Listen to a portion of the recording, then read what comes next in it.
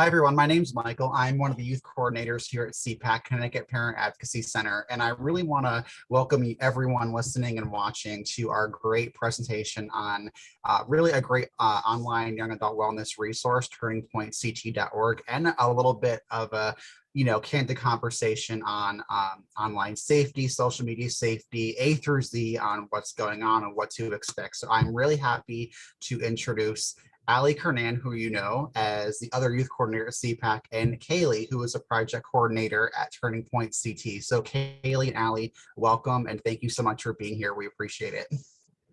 Thanks, Michael.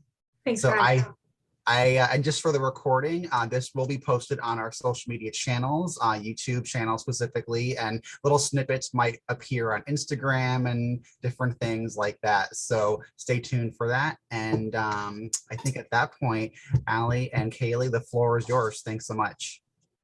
Thanks, Michael. Yeah, so this is fun being a part of this. Normally, I kind of dual role here because really my role in the turningpointct.org project is kind of all over the place. And it really does immerse with my work with Connecticut Parent Advocacy Center because it's all driven around youth. So youth and young adults, really. And so I started on the Turning Point CT project years ago as a blogger, and they were really just a space where I felt like my voice could be valued and heard. And I thought it was really cool that other young adults and youth were talking about things that I related to. So that's kind of how I got started, and eventually became other roles on the project. And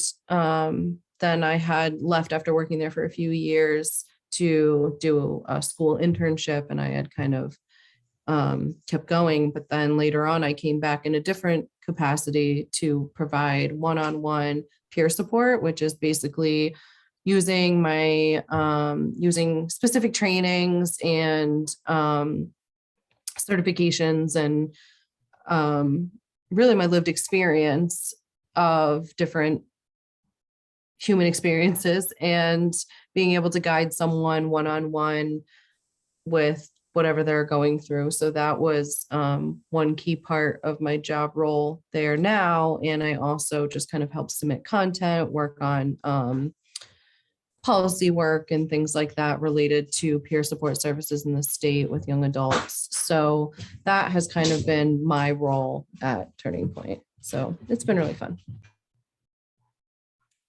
So I joined the project in, I want to say February of last year, and I started as the social media assistant, and I had like a really small role, only 5 hours a week. And then in September, I became the project coordinator, and as the project coordinator, I do a lot of various things. So I still help run the social media, and I write a lot of content using my lived experience. So I share a lot of like personal stuff, as well as, I try to give, advice and like kind of help educate others through my work. And also like a big part of it is just being an advocate for those, who might be too shy to speak up, or like, because mental health, there's still that stigma around it. So like by sharing my own story on the website and on our social channels, I feel like it's just like I'm here to like help other people who might be going through the same things.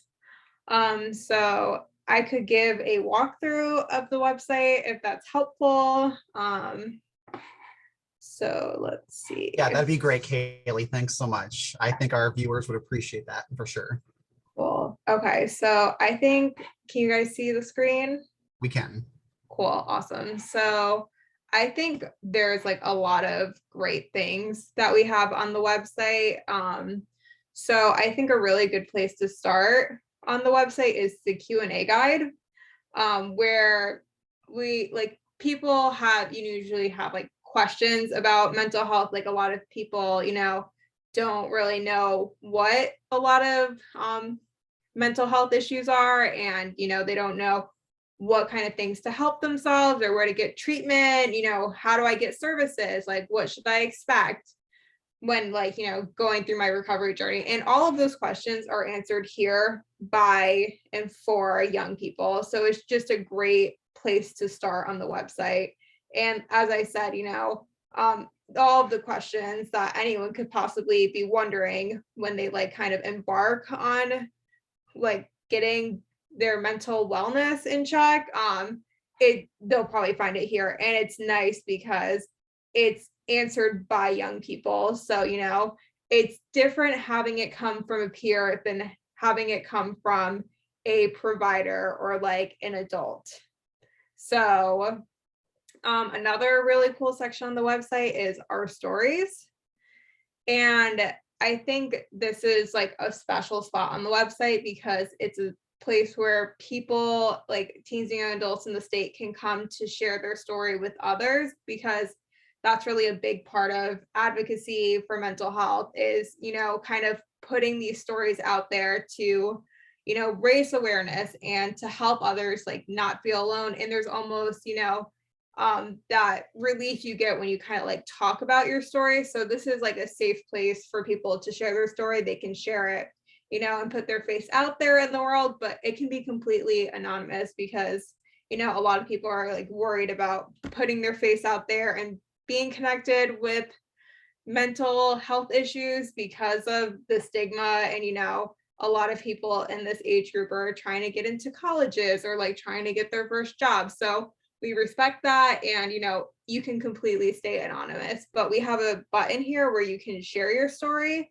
And it's really helpful because it kind of gives you some prompts, because a lot of people, when they're first sharing their story, they don't really know where to start. And it's hard to kind of find a focus, especially if you're one of those people who's been I've struggled with everything. Where do I start? So this is a great prompted kind of writing thing where, the questions are here to help you get started. And you don't have to answer all of them, but they're just really there to help whoever's sharing their story. And then it gets submitted and then we review it. And anyone who's under 18, we will need the parents' approval before it goes live on the website. So for parents, if you're worried about that, it does go through the approval of the parents if the teen is under 18. So we also have the media room, which is a great spot. So as Ali and I mentioned, we both help create content for the website, and this is where that content lives. So we have the bulletin board, which is where our blog posts live. We have creative expressions, which is where people can come to share different creative works, whether it be music, graphic art, just regular art. There's poetry on here.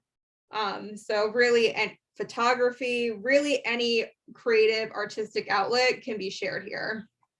And then there's a button where you can share it. And again, it gets sent to us and then we post it after the fact. And then we have a podcast, which is cool, where we talk about various mental health issues and topics that might be going on in the world. So this is a great spot, and we do have openings for anyone who's a teen or young adult to come talk and give their opinion. So we do like to have different perspectives that are different from our own. We also have a video section, which is really popular. We post a lot of the same videos that we post on our social media. So this is just a great place to kind of see the content that we create that's more visual if you're not into reading. We also have a lot of resources on the website where what resources do teens and parents have in the state. And we also have, the hotlines and resource lines. So this is just a great place to find various resources, and you can find them by topic, which is great because, sometimes you're looking for specific needs and help. And we also have a newsletter. that we put out twice a year, which is cool. This year it's Mental Health Awareness Month, so we had one come out this year. And we also have the map, which is just a place to kind of see what resources are in your area, and also, you know, kind of social places for teens and young adults to like go hang out. So I think that's really most of the website. I tried to like keep it short and sweet for you guys, but if anyone has questions like after the fact, they're more than welcome to reach out to me. So Thanks so much, Kaylee. I really appreciate that. I know that I think our viewers are going to be amazed if they've not heard of Turning Point CT already. I think you guys there, you do everything and you do it well. And I'm just so happy that you're a resource for young adults in Connecticut. So thank you. thanks. And now really, I mean, at this point too, so I know we'll save question time for later. I think our other portion of really why we wanted this is we get this right, like so much, Allie. I think we hear a lot from parents, from professionals where they, excuse me, I swear every presentation and video I do, I always get congestion. It must be like something going on. But I think we always get like the same question is how can I support my young adult in putting themselves out there, making connections, making friends. And really, I think a lot of parents and professionals are behind that, but I think there's a lot of either maybe misinformation or outdated information or a lot of fear behind social media. And I'd love to hear from, and even just like online, like internet. So I'd love to hear from you both really on any tips on maybe things parents and professionals should consider if they're either working with a young adult to like, you know, wherever, or a parent. I'd love to kind of have that honest conversation of what are you seeing and go from there. I feel like some of the things that I'm seeing are related to, unfortunately, a lot of grooming that I'm seeing towards people who are underage. And so what I tell parents when it comes to that situation, if you're worried about, you know, online predators and things like that, to be mindful and kind of just talk with them, ask them, you know, who are you talking to and what's going on? And like, I understand that it can be really a tough position to be in because you don't want to, you know, you want to give your child privacy, but you also want to protect them. And sometimes there's just scenarios where you have to kind of insert yourself as a parent.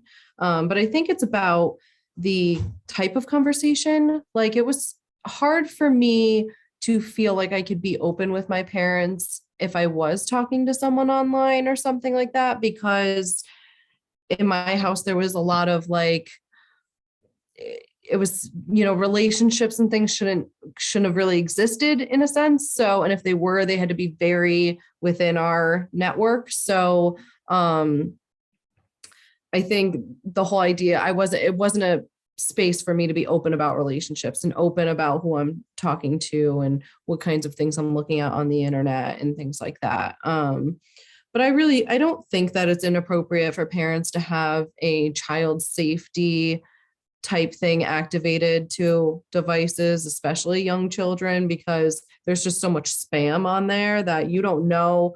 They can honestly be trying to just play a game or something like that, and something pop up because one of the words has two of the same letters and something that you may not want your child exposed to. So that's why I do understand the importance of, you know, the child safety apps. And I think a lot of apps now are starting to have a child safety feature. Like I know certain social media apps like Facebook Messenger, they have one just for kids. So that way you can stay in touch with, you know, the aunts, the uncles, all of these people through that and things like that. Or I know people need usually just kind of make it where they have the phone so that the phone's able to call them and contact them, but maybe not be able to do some other things. So I would just suggest to parents as like a foundation is just be aware of what's going on with your kids' apps and stuff like that. And And this is coming from the teen that was rebellious and went and got my own phone because I wanted to talk to who I wanted to talk to and things like that. But even that, in that scenario, there was more going on underneath that situation. It wasn't just, why am I hiding my phone? It was, there were reasons why I was hiding my phone that were deeper than just maybe a relationship my parents wouldn't approve of. There were other things on that I felt like I needed to hide, both for my safety and just to avoid conflict. And looking back, I think only some of that stuff was dangerous, but most of it was just kind of hiding that I needed help. I appreciate you sharing that, Allie, and I think you touched on a lot of good points. So I think I'm definitely hearing for parents to just, again, be aware of the apps and have those settings. And I think you brought a great point with just having that conversation and being open and honest. And I think, we don't have time for that today, but I think it sounds like maybe a future session could be on having tough conversations and really how do you have those one-on-one discussions where you're still respecting the young adult's autonomy, but also really being there and being supportive. So you brought up a great point. Kaylee, I'd love to hear your thoughts on what comes to mind with social media and online safety. So I have a 9-year-old sister and she has a cell phone. Actually, a lot of them have smartphones now, and it's crazy because when I was her age, actually I was a year older than her when I got my first cell phone, and we weren't able to access social media or anything like that on this like little flip phones. So they have access to a lot more, even though my sister's phone isn't connected to the internet. Like, it doesn't have cell service. When she's at home or anywhere with Wi-Fi, she has access to various things, but my parents do try to keep she only has the Messenger Kids, so she can just talk to approved people. Like Messenger Kids is great because my mom has to approve anyone that she talks to. It's not even just oh, she can go reach out to anyone. Like my mom gets a request saying, oh, so-and-so wants to connect with my sister, and then my mom has to approve it. So I think apps like that are very helpful, especially with kids that are so young. They don't really know when they're getting into trouble. Like it can accidentally happen.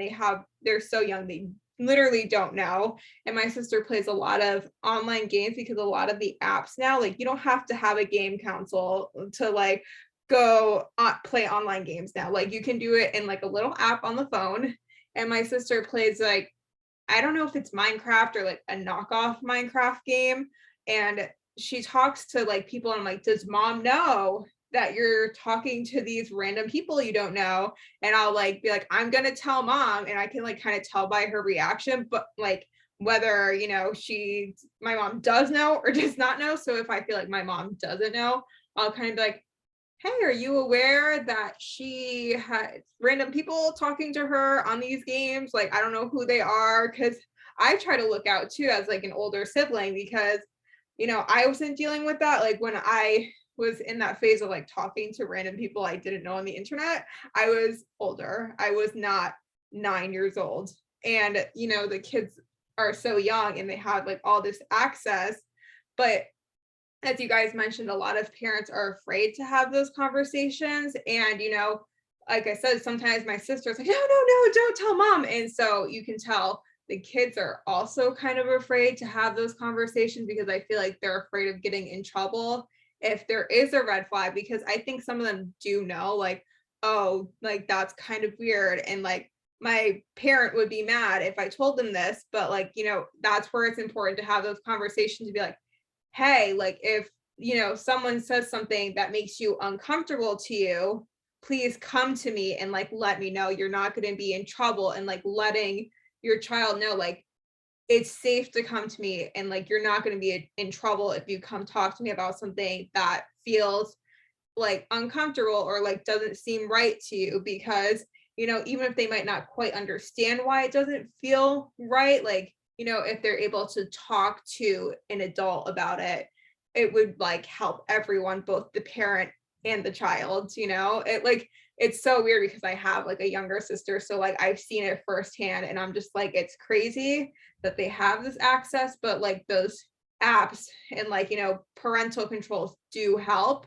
But when your child starts to get into that teenage year, that's kind of where it's like that line of like, where do I give them privacy and where do I like kind of, watch out? But I think it's really just, being able to have like those open conversations.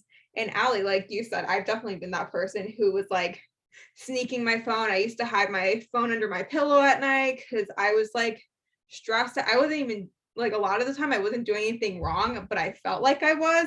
And I felt like I just couldn't share, like, oh yeah, I'm like talking, because like, oh my God, even when I was in high school, like, oh my God, you're talking to a boy, like, do you have a boyfriend? And it was like this big thing.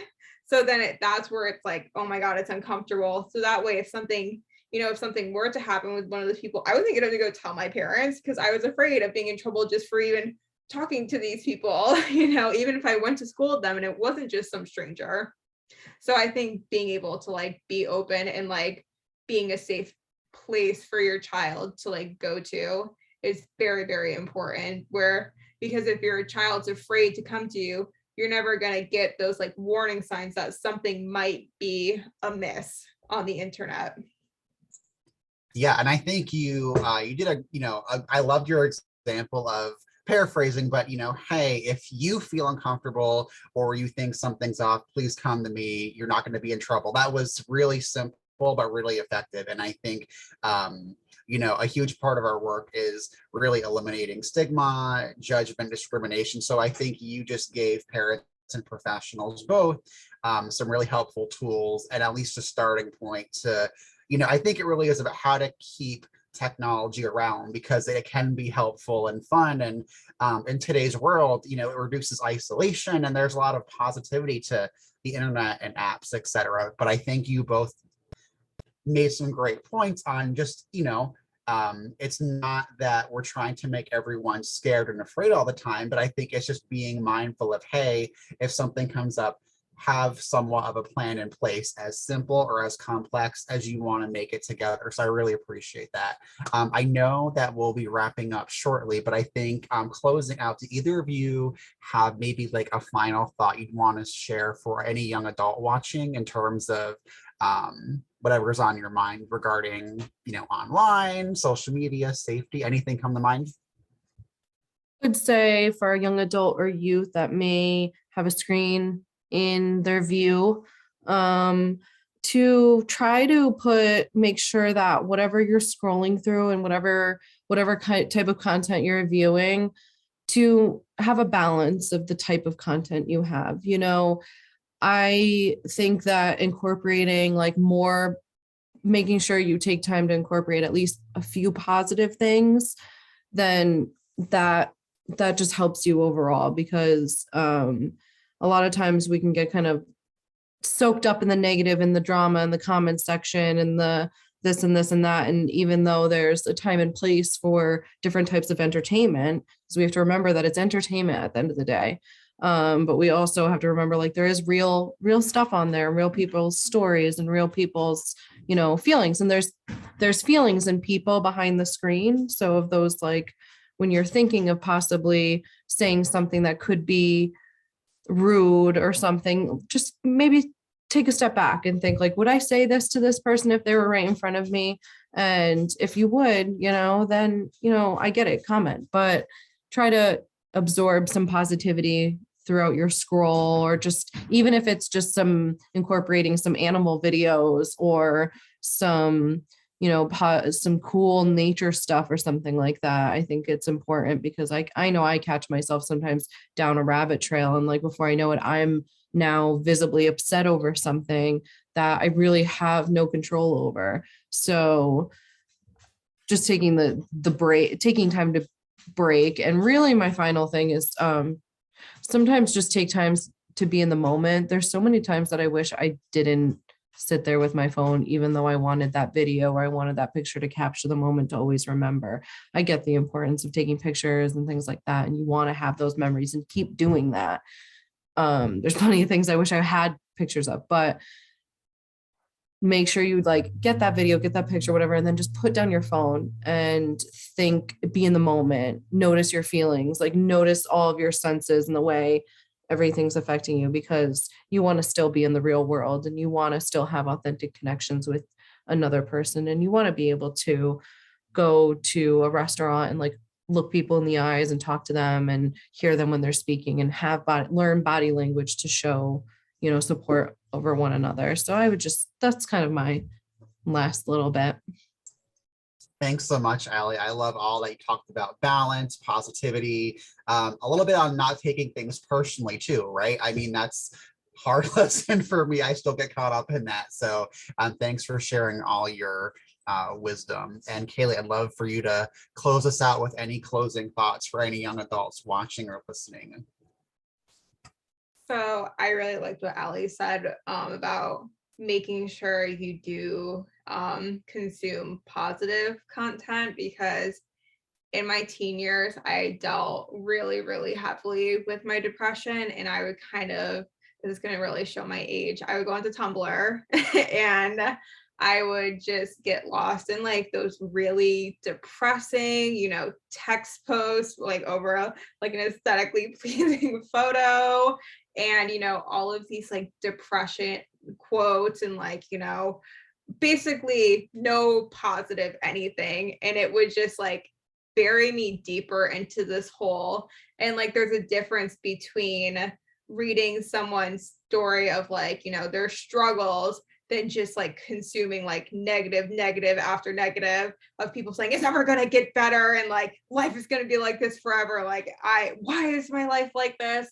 And that used to just be, when I was younger, all I would consume content wise. And it really made me just feel like things were never, ever going to get better. And, you know, in this day and age, there are so many ways to just like easily control what does come across your feed. Like, you know, if you see something that you're like, I don't like this kind of like triggers me, or this makes me feel some kind of way, you can just hit a button and you can like, I don't like this content, like I'd like to hide this. Or if you're following someone and you don't really like what they're posting, you can either unfriend them, you can block them, you can even just, you don't even have to unfriend them if you're like afraid it's going to cause drama. Like if it's a family member, you can literally just hit hide these posts from this person, please, because we all have family members that might be a little problematic, that we're like, you know, you're my family, but, and I have to keep the peace, but please, I don't want to see any of the things you're posting,